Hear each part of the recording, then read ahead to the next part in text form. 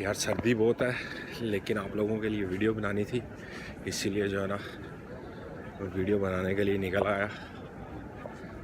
ये Alexandra plots है Berlin का, ठीक है।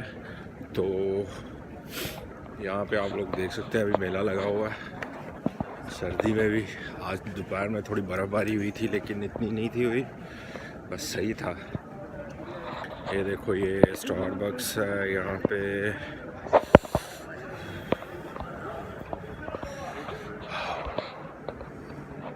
आपको नज़र आ रहा होगा दूर दूर तक, अभी सुनसान ही है सब कुछ।